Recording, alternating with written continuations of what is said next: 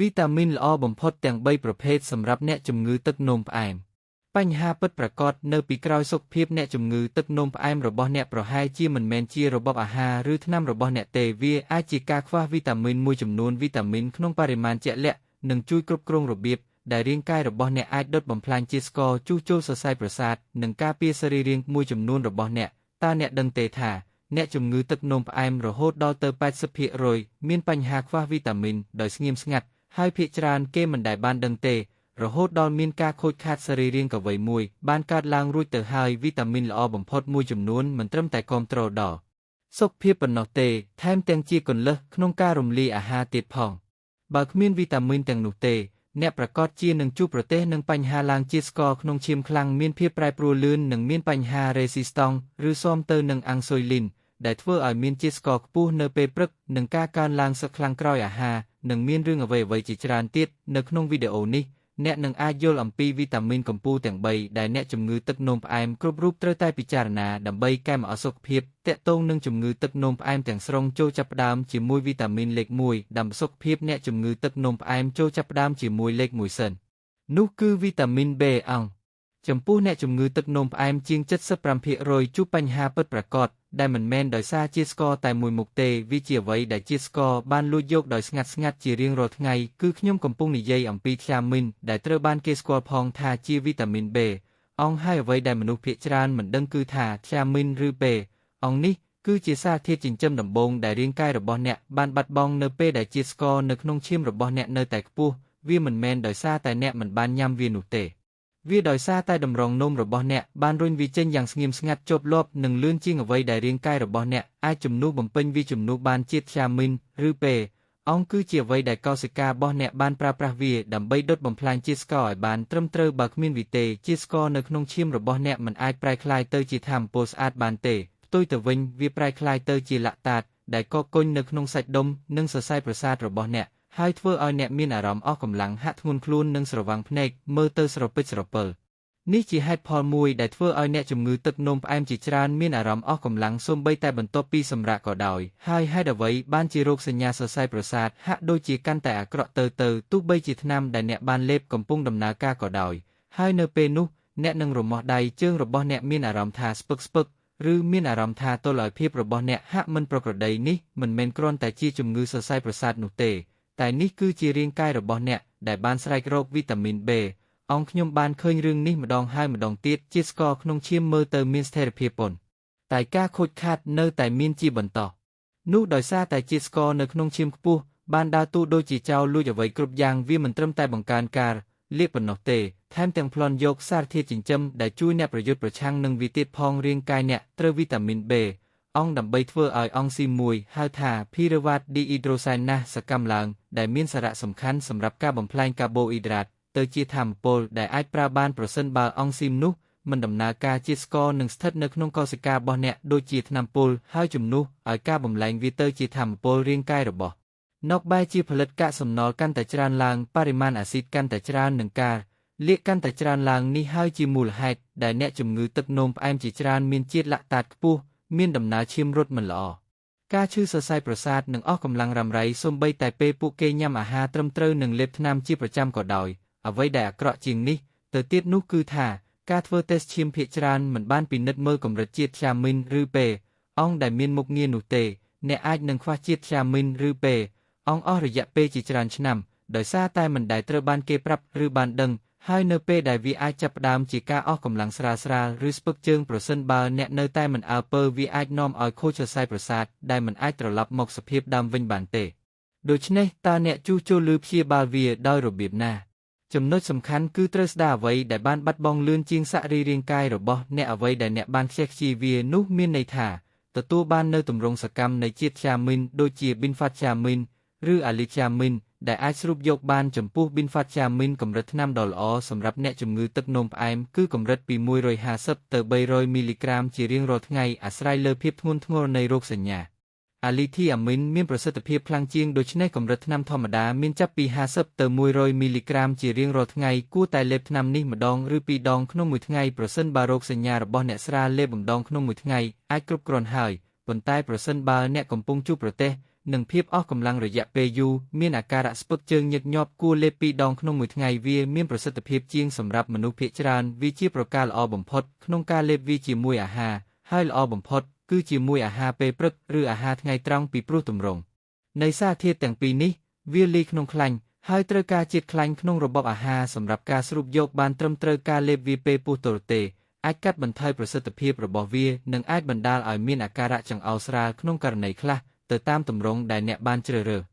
វាមានសារៈសំខាន់ជាងអ្វីដែលមនុស្សភាគច្រើនដឹងនោះគឺសារធាតុមានធ្យាមីនស្តង់ដាដែលជារឿងត្រូវបានចុះគេរាយឈ្មោះជាប្រភេទធ្យាមីនឬហៃដ្រូក្លូរីតដែលរលាយក្នុងទឹកហើយនឹងងាយបាត់បង់តាមរយៈទឹកនោមជាពិសេសចំពោះអ្នកជំងឺទឹកនោមផ្អែមនោះហើយជាមូលហេតុដែលអ្នកត្រូវការទម្រង់សារធាតុឬអាសតដែលរលាយក្នុងខ្លាញ់ដូចជា benfotiamine ឬ allicin ដែលត្រូវបានស្រូបចូលទៅក្នុងជាលិកាកាន់តែជ្រៅរួមទាំងទៅក្នុងសរសៃប្រសាទនិងសរសៃឈាម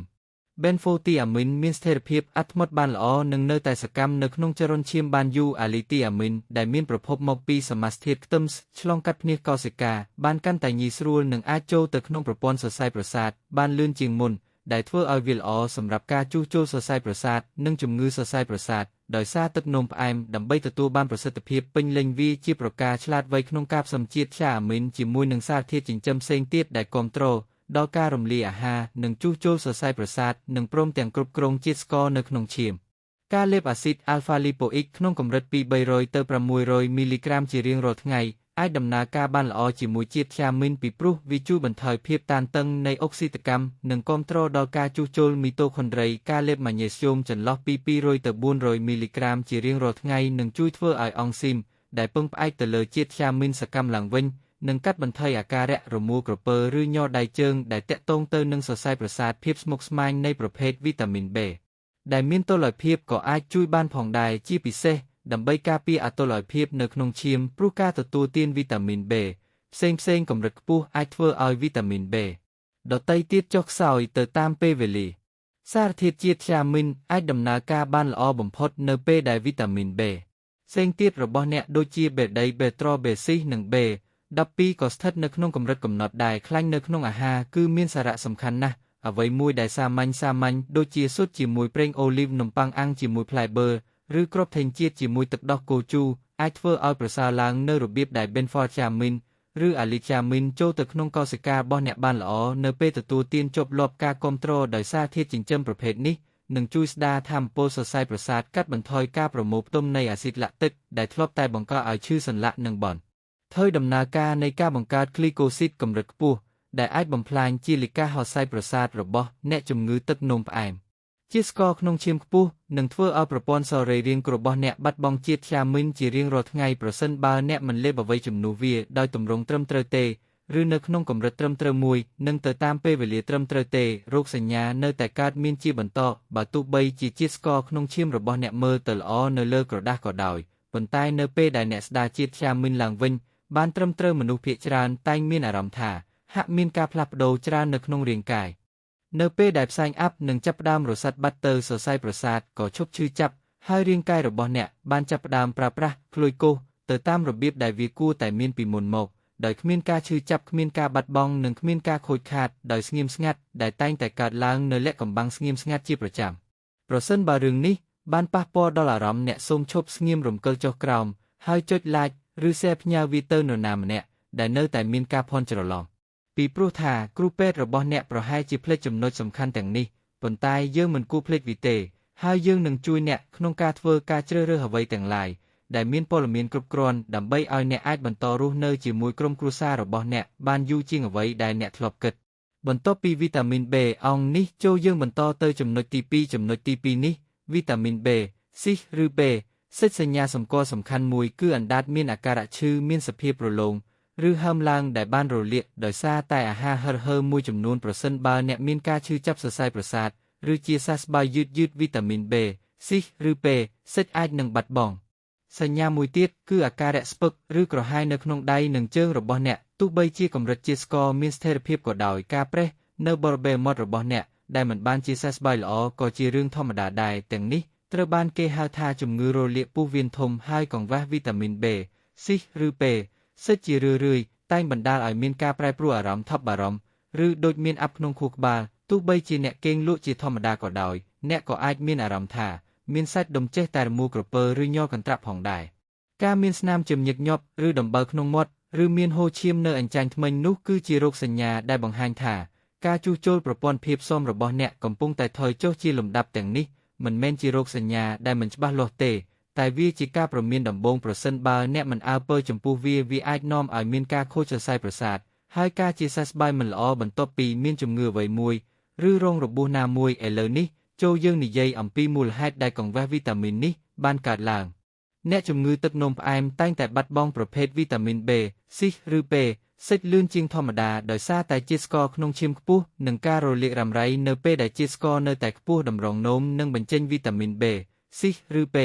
សិចកាន់តែច្រើនតាមរយៈទឹកនោមការបាត់បង់ឥតឈប់ឈរនេះនឹងនាំឲ្យមានការថយចុះបន្តិចម្ដងទោះបីជារបបអាហារមើលទៅមានតុល្យភាពក៏ដោយការរលាកក៏បានបំផ្លាញអង់ស៊ីមដែលបំផ្លាញវីតាមីន B, C ឬ P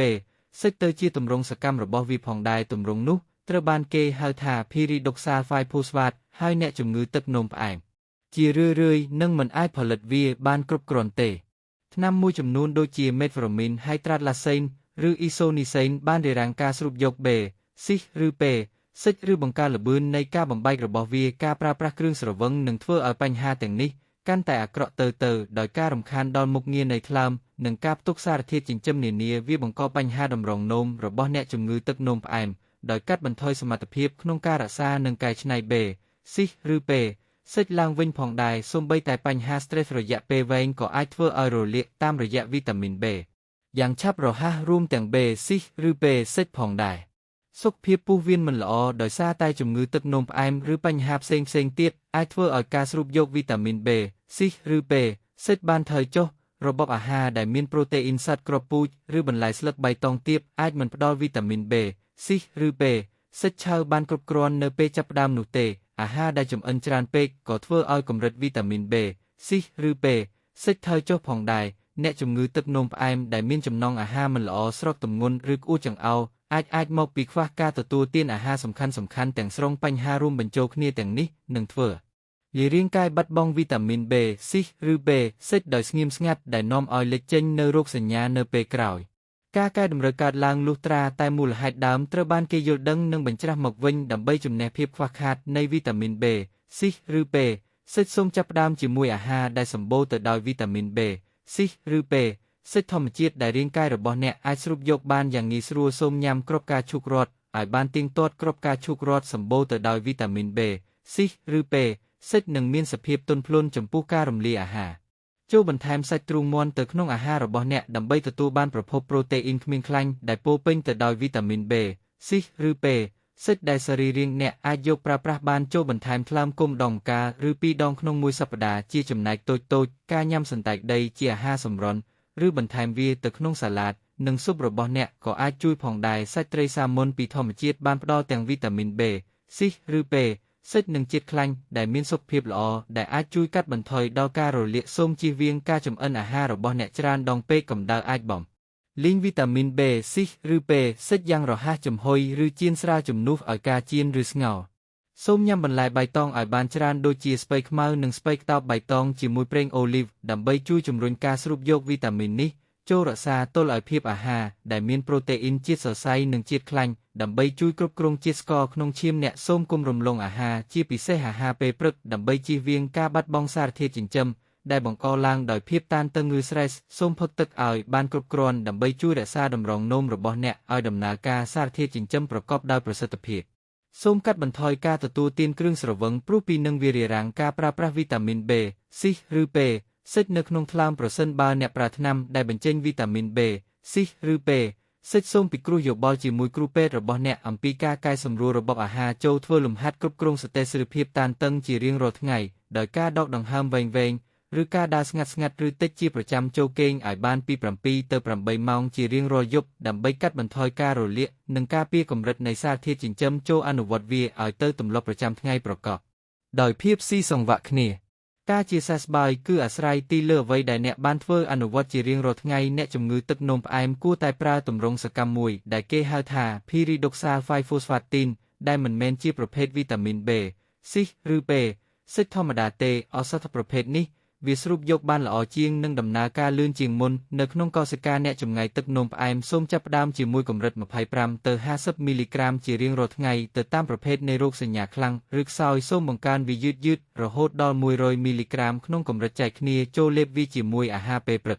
ដែលមានការស្រូបយកនិងស្ថិរភាពកាន់តែប្រសើរប្រសិនបើមានការឈឺចាប់សរសៃប្រសាទឬបញ្ហានៃការគេងមិនលក់សូមបំបែកកម្រិតថ្នាំដោយប្រើនៅពេលព្រឹកនិងពេលល្ងាចហើយដែលតែងតែប្រើជាមួយម៉ាញ៉េស្យូមប្រហែល200ទៅ400មីលីក្រាមជារៀងរាល់ថ្ងៃម៉ាញ៉េស្យូមនឹងជួយធ្វើឲ្យវីតាមីន B, C ឬ B សិចកាន់តែសកម្មនៅក្នុងជាលិការបស់អ្នកសូមជ្រើសរើសម៉ាញ៉េស្យូមក្លីស៊ីណេតឬស៊ីត្រាតេសម្រាប់ការរំលាយអាហារនិងបង្កើនប្រសិទ្ធភាពវាកាន់តែប្រសើរឡើងសូមលេបទាំងពីរជាមួយអាហារដើម្បីជៀសវាងការក្អួតចង្អោរនិងជួយបង្កើនការស្រូបយកសូមកុំលេបវីតាមីន B, C ឬ B សិចនៅពេលពុះទរទេព្រោះវាអាចបណ្ដាលឲ្យមានអារម្មណ៍មិនស្រួលខ្លួនសូមជៀសវាងការលេបវានៅពេលយប់ជ្រៅលុះត្រាតែត្រូវប្រើវាដើម្បីជួយឲ្យគេងលក់សូមកុំលាយវាជាមួយគ្រឿងស្រវឹងឬអាហារសម្រន់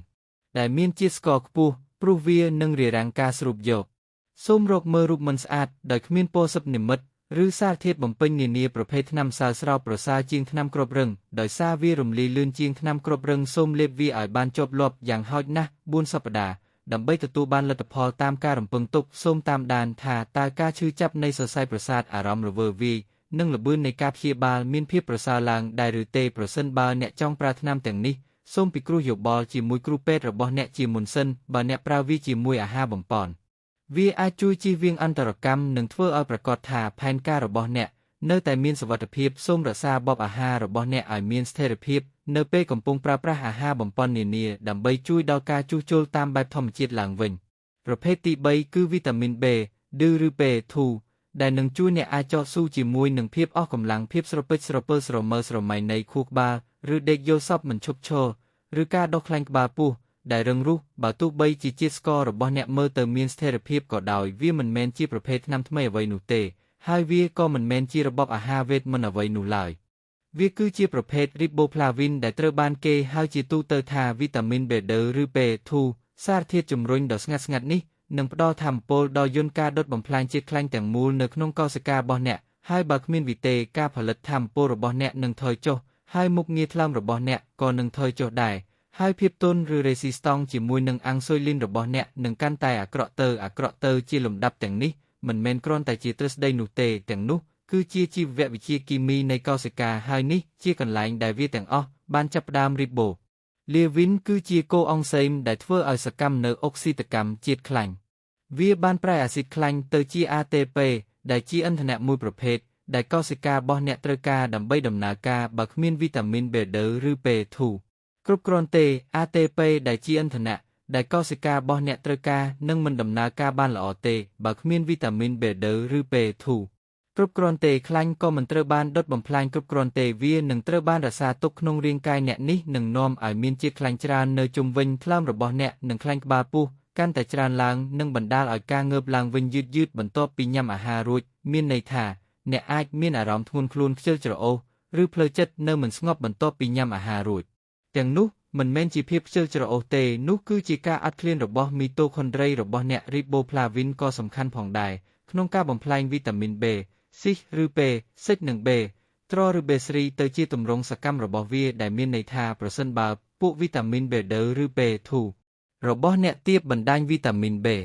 ទាំងមូលរបស់អ្នកនឹងបរាជ័យដោយស្ងៀមស្ងាត់នៅមូលដ្ឋានផ្នែកខាងក្រោយជំហាននីមួយៗនៃការរំលាយអាហារជាតិខ្លាញ់ការដឹកជញ្ជូនតាមឈាមការបំបែកវានិងការបំផ្លាញវាគឺអាស្រ័យទៅលើវីតាមីនមួយនេះហើយអ្នកជំងឺទឹកនោមផ្អែមភាគច្រើនបាននឹងកំពុងដុតបំផ្លាញវាលឿនជាងប្រការដែលវីតាមីនទាំងនោះអាចបំពេញឡើងវិញនៅក្នុងរាងកាយបញ្ហាពិតប្រាកដគឺដំណើរការតាមលំនាំរឿងនេះគឺនៅពេលជាតិស្ករក្នុងឈាមខ្ពស់វាបង្កើនភាពតានតឹងឬសតេសនៃអុកស៊ីតកម្មហើយភាពតានតឹងឬសតេសនៃអុកស៊ីតកម្មបានធ្វើឲ្យ Riboflavin ហូរចេញមកក្រៅដូចជាធុងលិចឃ្លាដែរវានឹងបន្ថែមភាពតានតឹងឬសតេសទៅលើតម្រងនោមដែលត្រូវការប្រើប្រាស់ Metformin ឬមានចំណង់អាហារមិនល្អឬមិនឃ្លានអាហារហើយកម្រិតសុខភាពរបស់អ្នកនឹងចាប់ផ្ដើមធ្លាក់ចុះជាបន្តបន្ទាប់អ្នកជំងឺទឹកនោមផ្អែមដែលមានជំងឺតម្រងនោមដំណាក់កាលដំបូងបានបាត់បង់ Riboflavin តាមរយៈទឹកនោមគ្រឿងស្រវឹងនិងការរលាករ៉ាំរ៉ៃព្រមទាំងការឆ្លងមេរោគនឹងធ្វើឲ្យរាងកាយចាប់ផ្ដើមទាញចេញពីខ្លាំងនៅ Riboflavin ដើម្បីការពារជាលិកាប្រសិនបើអ្នកកំពុងតែប្រើថ្នាំប្រឆាំងជំងឺធ្លាក់ទឹកចិត្ត ឬបាក់ទឹកចិត្តឬប្រភេទថ្នាំបេតាប្លុកឃើអ្នកក៏អាចនឹងកំពុងតែបន្ថយការស្រូបយកបេដឺឬពេធូដោយមិនដឹងខ្លួនផងដែរយូរទៅការរំលាយអាហាររបស់អ្នកនឹងថយចុះហើយរាងកាយរបស់អ្នកនឹងមានការរលាកជាញឹកញាប់ហើយការដុតបំផ្លាញជាតិខ្លាញ់នៅក្នុងខ្លួនក៏ឈប់ដំណើរការដែរដូច្នេះតើអ្នកដឹងវាដោយរបៀបណាថាវាកំពុងតែបានកើតឡើងសូមរកមើលតើមានភ្នែកក្រហមមានអារម្មណ៍ក្រហាយដែលងាយនឹងចាញ់ពន្លឺដែរឬទេនោះហើយគឺជាសញ្ញាដំបូងបំផុតមួយនៃកង្វះវីតាមីន B2 ឬ B2 ប្រសិនបើបូមាត់របស់អ្នកឧស្សាហ៍ប្រេះឬរបកឈឺដោយគ្មានហេតុផលនោះហើយជាតម្រុយមួយទៀតនៃកង្វះវីតាមីន B2 ឬ B2 ជួនកាលអណ្ដាតហើមដែលមានពណ៌ស្វាយឬបំពង់ក៏ស្ងួតដែលមានអារម្មណ៍ឈឺចាប់បើទោះបីជាគ្មានការឆ្លងមេរោគក៏ដោយគឺជារឿងដែលតែងតែជួបប្រទះជាធម្មតានៅក្នុងស្ថានភាពដែលមានកម្រិតវីតាមីន B2 ឬ B2 ធ្លាក់ចុះទាបប្រសិនបើស្បែករបស់អ្នកឡើងរបកឬមានជាតិខ្លាញ់សើមៗនៅចន្លោះច្រមុះនិងចិញ្ចើមហើយពេលនោះអាចលេចចេញជាកន្ទួលសេបូរិកដែលវាតាក់ទងជាមួយនឹងរីបូផ្លាវីនអ្វីដែលសំខាន់ជាងនេះទៅទៀតប្រសិនបើរាងកាយរបស់អ្នកកំពុងតែស្តុកទុកជាតិខ្លាញ់ជំនួសឲ្យការប្រើប្រាស់វាថាមពលរបស់អ្នកធ្លាក់ចុះបន្ទាប់ពីទទួលទានកាបូអ៊ីដ្រាតឬអ្នកភ្ញាក់ពីដំណេកដោយអស់កម្លាំងបើទោះបីជាអ្នកគេងបាន8ម៉ោងក៏ដោយមីតូខុនដ្រីរបស់អ្នកអាចនឹងជាប់គាំងដោយសារតែវីតាមីន B2 ឬ B2 កំពុងធ្លាក់ចុះដល់កម្រិតទាបទាំងនោះវាមិនមែនជាការនិយាយអំពីកាឡូរីនោះទេតែវាគឺជាការនិយាយអំពីគីមីវិទ្យានៃកោសិកាដើម្បីដោះស្រាយបញ្ហានេះអ្នកត្រូវការទម្រង់មួយត្រឹមត្រូវកម្រិតមួយត្រឹមត្រូវនិងការផ្គូផ្គងត្រឹមត្រូវអ្នកជំងឺទឹកនោមផ្អែមគួរតែប្រើថ្នាំរីបូផ្លាវីន 5-phosphate ដែលជាទម្រង់សកម្មដែលបានរំលងមុខងារថ្លើមហើយចូលទៅក្នុងកោសិកាដោយផ្ទាល់អ្នកជំងឺទឹកនោមផ្អែមជាច្រើនតែងជួបប្រទះបញ្ហាដែលថ្លើមមិនមានសកម្មភាពមិនល្អគឺដោយសារតែការរលាកឬខ្លាញ់ក្នុងថ្លើមច្រើនពេកនោះមានន័យថាវីតាមីន B2 ឬ B2 ធម្មតាអាចនឹងមិនដំណើរការបានលឿនគ្រប់គ្រាន់ទេកម្រិតថ្នាំធម្មតាសម្រាប់ការគាំទ្រផ្នែកព្យាបាលគឺ25ទៅ50មីលីក្រាមក្នុងមួយថ្ងៃប្រសិនបើអ្នកអស់កម្លាំងឬមានបញ្ហាស្តេសផ្នែកមេតាបូលីសធ្ងន់ធ្ងរអ្នកអាចប្រើ100មីលីក្រាមទៅតាមការណែនាំរបស់គ្រូពេទ្យឯកទេសតែត្រូវដឹងថាត្រូវលេបវាជាមួយអាហារហើយពេលវេលាល្អបំផុតគឺនៅពេលព្រឹកឬនៅពេលថ្ងៃត្រង់នៅពេលដែលតម្រូវការថាមពលរបស់រាងកាយអ្នកត្រូវការខ្ពស់បំផុតសូមជៀសវាងការលេបវានៅពេលយប់ព្រោះវានឹងផ្ដល់ថាមពលនិងអាចរំខានដល់ការគេងចំពោះមនុស្សដែលងាយប្រតិកម្មជាមួយវាសូមផ្គូផ្គងវាជាមួយសារធាតុចិញ្ចឹមមីតូខុនដ្រីផ្សេងទៀតដូចជាម៉ាញ៉េស្យូមនិងកូអង់ស៊ីមឃ្លូថិនម៉ាញ៉េស្យូមនឹងជួយធ្វើឲ្យអង់ស៊ីមដែលធ្វើការជាមួយរីបូផ្លាវីននៅខាងក្នុងមីតូខុនដ្រីយ៉ាងសកម្មចំណែកកូអង់ស៊ីមឃ្លូថិនធ្វើឲ្យប្រសើរឡើងនៅទិន្នផលថាមពលតាមវិធីដូចគ្នាដែលវីតាមីន B2 ឬ B2 បានជួយគាំទ្រសូមពិចារណាផ្គូផ្គងរវាងវីតាមីន B ស៊ីសឬ B សិចជាមួយនឹង B ត្រឬ B ស្រីផងដែរព្រោះថារីបូផ្លាវីនជួយបំផ្លាញទាំងពីរនេះទៅជាទម្រង់ដែលរាងកាយអាចប្រើប្រាស់វាបានប្រសិនបើអ្នកកំពុងតែប្រើថ្នាំវីតាមីន B ស៊ីសឬ B សិចឬយ៉ាស៊ីនហើយវាមិនទទួលបានអត្ថប្រយោជន៍ដោយការរំពឹងទុកទេនោះរីបូផ្លាវីនអាចជាដំណភ្ជាប់ដែលបាត់ដែលរារាំងពួកគេនេះជាកន្លែងដែលភាពស៊ីសង្វាក់គ្នាមានសារៈសំខាន់ចាំបាច់ត្រូវយល់ដឹងអាហារនៅតែមានសារៈសំខាន់ជាងអាហារបំប៉ននានាសម្រាប់រយៈពេលវែងប្រភពធម្មជាតិដ៏ល្អបំផុតនៃវីតាមីន B2 ឬ B2 រួមមានថ្លើមគោសុទ្ធទឹកដោះគោជូរក្រិចធម្មតាគ្រាប់អាល់ម៉ុនត្រីសាម៉ុងធម្មជាតិនិងនៅក្នុងស្ពៃខ្មៅថ្លើមឆ្អិនមួយចំណិតអាចផ្ដល់ជាតិរីបូផ្លាវីនជាង 100% នៃជាតិរីបូផ្លាវីនប្រចាំថ្ងៃរបស់អ្នកទឹកដោះគោជូរមួយពែងផ្ដល់ប្រហែល30ទៅ40% គ្រាប់អាល់ម៉ុនមួយក្តាប់តូចឬស៊ុតមួយគ្រាប់អាចផ្ដល់នូវការជំរុញបន្តិចបន្តួចដល់អ្នកបានដែរត្រូវញ៉ាំវាឲ្យបានទៀងទាត់មិនមែនញ៉ាំម្ដងម្កាលទេប្រសិនបើអ្នកចង់កសាងកម្រិតជាតិទឹកឡើងវិញតាមបែបធម្មជាតិអ្នកត្រូវការរក្សារបបអាហារឲ្យមានតុល្យភាពដែលមានប្រូតេអ៊ីនជាតិសរសៃនិងជាតិខ្លាញ់ដើម្បីគាំទ្រដល់ការរូបយកសារធាតុចិញ្ចឹមសម្រាប់រាងកាយអ្នកប្រសិនបើអ្នកជាអ្នកបរិភោគប៊ូសសូមផ្ដោតទៅលើផ្សិតស្រូវសាលីនិងសារធាតុដំបែដែលមានជីវជាតិបំប៉នល្អប៉ុន្តែទាំងនេះប្រហែលជាមិនត្រូវគ្នាជាមួយនឹងសារធាតុដែលទទួលបានពីប្រភពសាច់សុទ្ធនោះទេប្រសិនបើអ្នកចម្អិនអាហារឬកម្ដៅរបស់អ្នកច្រើនដងពេកអ្នកអាចនឹងបាត់បង់វីតាមីន B2 ឬ B2 រហូតដល់ 50% រីបូផ្លាវីនអាចត្រូវបានបំផ្លាញដោយកម្ដៅស្រាលៗត្រូវការរក្សាទុកអាហាររបស់អ្នកឲ្យបានត្រឹមត្រូវឬចម្អិនឲ្យបានត្រឹមត្រូវនិងជៀសវាងការដាំឲ្យពុះខ្លាំងពេកញ៉ាំអាហារស្រស់ៗតាមដែលអាចធ្វើទៅបាននិងត្រូវរក្សាបរិមាណអាហារក្នុងកម្រិតមធ្យមកុំច្រើនពេកផឹកទឹកឲ្យបានគ្រប់គ្រាន់ដើម្បីជួយដល់មុខងារតម្រងនោមនិងបន្សាបជាតិពុលនានាសូមកាត់បន្ថយការទទួលទានគ្រឿងស្រវឹងនិងបរិភោគស្ករកែច្នៃដែលអាហារទាំងពីរនេះ នឹងធ្វើឲ្យមានការថយចុះនៃការស្តុកសារធាតុ Riboflavin និងបង្កើនស្ថិរភាពតានតឹងដល់ជាលិកាសូមតាមដានការប្រែប្រួលថាមពលសភាពស្បែករបស់អ្នកភាពប្រែប្រួលនៃភ្នែកនិងចង្វាក់នៃការគេងរបស់អ្នកសូមធ្វើការកត់សម្គាល់ថាតើការរំលាយអាហាររបស់អ្នកបានចាប់តើមានអារម្មណ៍ថាមានស្ថិរភាពជាងមុនដែរឬទេហើយថាតើជាតិស្កររបស់អ្នកឡើងខ្ពស់ឬរាបស្មើបន្ទាប់ពីញ៉ាំអាហាររួចហើយថាតើអាស៊ីតអាមីណូអាស៊ីតរបស់អ្នកជាប់គាំងដែរឬទេទោះបីជាអ្នកមានការគ្រប់គ្រងរបបអាហារបានត្រឹមត្រូវក៏ដោយពេលនោះការកែតម្រូវកង្វះ Riboflavin អាចជាអ្វីដែលអាចកំណត់ខ្សែកោងទាំងនោះឡើងវិញបានទាំងនេះគឺជារបៀបដែលការរំលាយអាហារខ្លាញ់ដំណើរការពីកម្រិតកោសិកាឡើងលើហើយ Riboflavin គឺជាគន្លឹះបញ្ឆេះអុកស៊ីតកម្មរបស់អ្នកបើគ្មានវាទេកោសិការបស់អ្នកនឹងអសកម្មតែបើមានវារាងកាយរបស់អ្នកនឹងចាប់ផ្ដើមដុតបំផ្លាញជាតិខ្លាញ់បានស្អាតជាងមុននិងមានចលនាកាន់តែប្រសើរកាន់តែសកម្មចំពោះអ្នកជំងឺទឹកនោមផ្អែមគ្មានអ្វីដែលជាប្រការចៃដន្យនោះទេនៅពេលដែលការរំលាយអាហាររបស់អ្នកចាប់ផ្ដើមថយចុះវាមិនមែនជាបញ្ហានៃអាយុនោះទេតែវាគឺជាសញ្ញានៃការថយចុះមួយនៃសរីរាង្គរបស់អ្នកនៅពេលដែលជាតិខ្លាញ់របស់អ្នកបានដុតយឺតជាងមុននៅក្នុងរាងកាយអារម្មណ៍របស់អ្នកបានធ្លាក់ចុះហើយរាល់ពេលព្រឹកអ្នកហាក់មានអារម្មណ៍ធ្ងន់ខ្លួនហើយអ្នកប្រហែលជានឹងមិនត្រូវការជាតិស្ករបន្ថែមទៀតឡើយអ្នកត្រូវការការរំលាយអាហារកាន់តែប្រសើរជាងមុនហើយសម្រាប់រឿងនេះ Riboflavin គឺជាសេចក្តីត្រូវការដែលមិនអាចចរចាបានការជួសជុលវាឲ្យទាន់ពេលវេលាការគ្រប់គ្រងវាជារៀងរាល់ថ្ងៃហើយប្រព័ន្ធទាំងមូលរបស់អ្នកនឹងចាប់ផ្ដើមមានផ្លាស់ប្ដូរសារជាថ្មីការព្យាបាលនឹងមិនកើតឡើងដោយគ្រាន់តែការប្រើប្រាស់ថ្នាំគ្រាប់ឬតួលេខពិនិត្យឈាមពីមន្ទីរពិសោធន៍ដ៏ល្អឥតខ្ចោះនោះទេវានឹងចាប់ផ្ដើមធ្វើយ៉ាងណាឲ្យមានការផ្លាស់ប្ដូរសូមចងចាំជានិច្ចថាការព្យាបាលមិនអាចកើតឡើងដោយគ្រាន់តែប្រើថ្នាំគ្រាប់ឬតួលេខពីមន្ទីរពិសោធន៍ដ៏ល្អឥតខ្ចោះនោះទេវាអាចកើតឡើងនៅពេលណាដែលផ្នែកណាមួយនៃសរីរាង្គដែលបាត់បង់ត្រូវបានដាក់ឲ្យត្រឡប់ទៅកាន់កន្លែងដើមវិញវីតាមីនទាំង3ប្រភេទនេះមិនមែនគ្រាន់តែជាសារធាតុចិញ្ចឹមនោះទេពួកវាគឺជាកុងតាក់ដែលបើកប្រព័ន្ធរបស់អ្នកឲ្យដំណើរការឡើងវិញដូច្នេះប្រសិនបើអ្នកធុញទ្រាន់នឹងការរស់នៅបែបពាក់កណ្ដាលសមត្ថភាពសូមកុំប្រងើយកន្តើយនឹងអ្វីដែលរាងកាយរបស់អ្នកពិតជាចង់បានសូមជួសជុលមូលដ្ឋានគ្រឹះនៃរាងកាយរបស់អ្នកឡើងវិញសូមមកសាងឡើងវិញនៅអ្វីដែលអ្នកជំងឺទឹកនោមផ្អែមបានបង្ហូរវាចេញជារៀងរាល់ថ្ងៃហើយប្រសិនបើសាច់រឿងនេះផ្ដល់ឲ្យអ្នកនូវភាពច្បាស់លាស់សូមចែករំលែកវាជាមួយអ្នកណាខ្លះដែលនៅតែកំពុងស៊ូជាមួយនឹងជាតិស្ករខ្ពស់នៅក្នុងឈាមសូមចុច like បញ្ចេញមតិយោបល់និងចែករំលែកដល់មិត្តភ័ក្តិនិងក្រុមគ្រួសារអ្នកពីព្រោះវីដេអូនេះផ្ដល់នូវគំនិតស្ដីការថែទាំសុខភាពអ្នកទឹកនោមផ្អែមហើយចំណេះដឹងនេះគឺអាចផ្ដល់នូវការជាសះស្បើយពិតប្រាកដមួយប៉ុន្តែសូមកុំភ្លេចពិគ្រោះយោបល់ជាមួយវេជ្ជបណ្ឌិតជំនាញរបស់អ្នកផង